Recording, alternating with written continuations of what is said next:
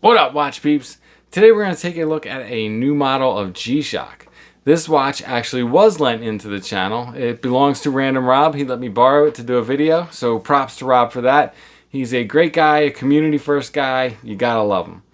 Alright, so you know where I'm coming from as a G-Shock enthusiast. I only have a few G-Shocks. I have this guy, the True Beater. This is one of the ones you can pick up at Walmart for like 35 bucks. I don't even know what model this is. DW9052. I wear this for actual hard use, yard work. I plastered in it today. Those kind of things. I have the 5610. I wear this to soccer practice and things like that where I want the shock resistance, but it's not going to take too much of a beating. Maybe get a little sweaty is all. And I also have the Casio. I picked this one up because I love the idea of an analog G-Shock. I wear this one more casually. I like an analog G-Shock that's not 55 millimeters, I should say. Some of the other ones that prior to this are huge. So I like G-Shocks, but I don't feel the need to have too many of them in my collection. Otherwise they just don't get worn. And just like with mechanical watches, I don't like to keep multiples of the same model, and I don't like to keep watches that I don't wear regularly. And I'm probably going to take some heat for this, but to me, all black squares are pretty much the same. So it takes a pretty cool new model for me to consider adding it to my collection. So does this one we're going to take a look at today fit that bill? Let's find out.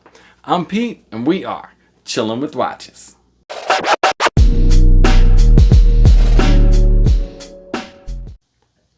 Alright guys, first things first, wrist check. I am wearing, this is actually a 710 Special Edition Scuba Dude.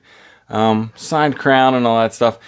This is their new 3D bezel. I don't know if you can see that. It's almost like the bezel you'd see on a Breitling Super Ocean. It's like filled in and raised steel numerals. Very cool. It's in a dark gray, and this is almost like a dark gray dial. So I'm really digging the look here for like an everyday kind of watch. All right, well, what we've got today is a G-Shock. I like G-Shocks. I'm a big fan. But this one is a bit of a conundrum for me. I'm not sure where it falls in the G-Shock world. You guys have all seen this stuff before. I feel like this is one G-Shock where you might need this. Or maybe the app. Standard G-Shock 10. So yeah, this is the new GBX-100. Or I believe this is the new version of what they've always called the G-Glide or Glide series, which has always been basically a standard G-Shock with basically a tide tracking functionality added to it. And I almost feel like I wish that was all they added to this watch, because it's a little bit of information overload, and I feel like you can't really use this watch without the app. And I don't want an app for my G-Shock, if I'm being honest. Let me show you what I mean. This is the standard display, day and time. Now, I will say one thing they got right is this negative display. It's awesome. All the previous negative displays I've seen on like 5600s, it's horrible. You can tell yourself whatever you want, but those displays are terrible. They got it right here with this, and I hope to see this negative display technology moved into the 5600 and some of the other G-Shocks. I also really like the metal bezel on this. That's a very cool feature. And let me show you compared to a regular square, the size. So here it is next to the 5610, which I will contend is the best square and arguably the only one you really need. As you can see, the case is different. It's a little bit larger, but I'm not sure it serves a different purpose from the 5610. I'm not sure where this fits in your G-Shock collection, really. I don't know if I need it on top of this. And here's why. You go into your 5610, you know, it's so intuitive, right? You got world time, you got your alarm, stopwatch, timer, back to date. Easy breezy. Let's take a look at this guy. So let's hit the mode button. Okay, green 25. I have no idea what that is.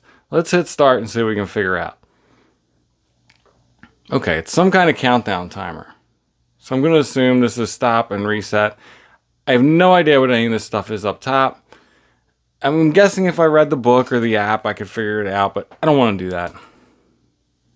It resets. I really have no idea what that is or why that would be the first function on the mode button. Does display do anything? Nothing. All right, let's hit mode again, see where we go. Stopwatch. Now that's something I'm used to. I know what that is. No hundredths of a second. That's weird. Not that I need it, but it's a drop in functionality. Let's hit it again. Activity. All right, what do we got? So I'm guessing this measures your time, distance, pace. So in order for any of that to be relevant, you need to wear this watch as your only watch. If you wear it once every 3 or 4 days, this tracking is almost pointless. Now I'm trying to scroll through it. Display doesn't do anything. Log data. I have no idea.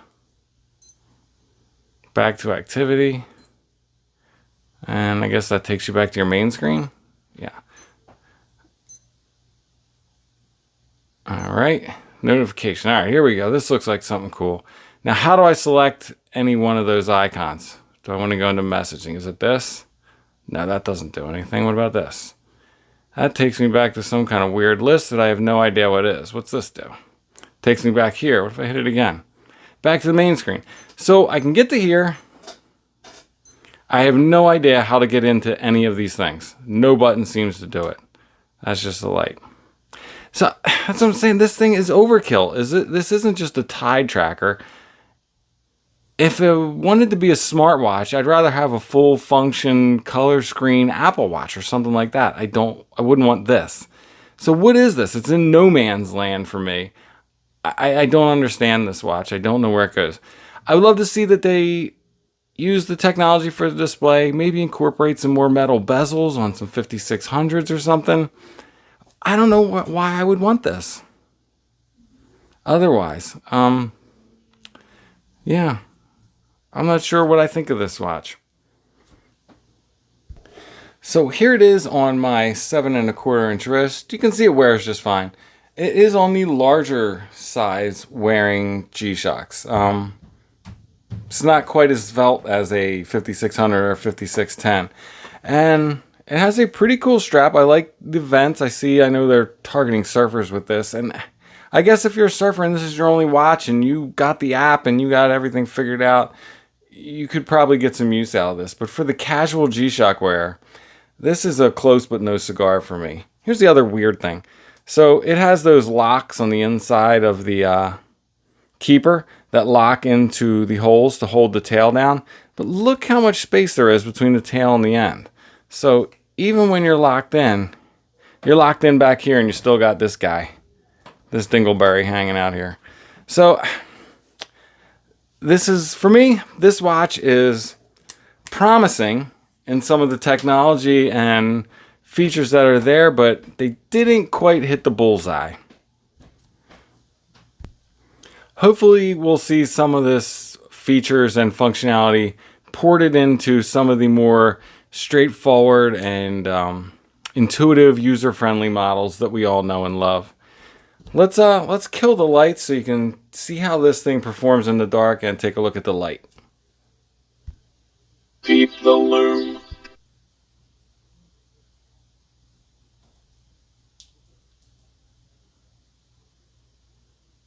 So what we've got here is a low light situation, and I wanted you to see how good this negative display is.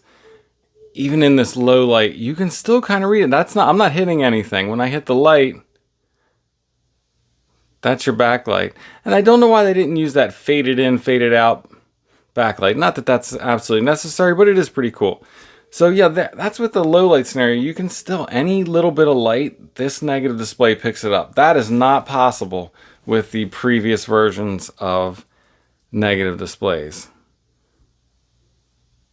And the light is pretty good. All right, let's flip the camera back around and wrap this up. So that's it, guys. The new Casio GBX-100 G-Lide Surf Timer semi-smartwatch, whatever you want to call it. These are pretty cool, but this one is a close but no cigar for me. I will not be adding one of these to my collection, but I do hope to see some of the features and new technology used here brought into some of the OG models that we all know and love. So that's it. Before I let you go, sneaker check. Wearing my Jordan 11s today. All right, I'm out. It's not too much trouble. Like, subscribe, and come back next time. Peace.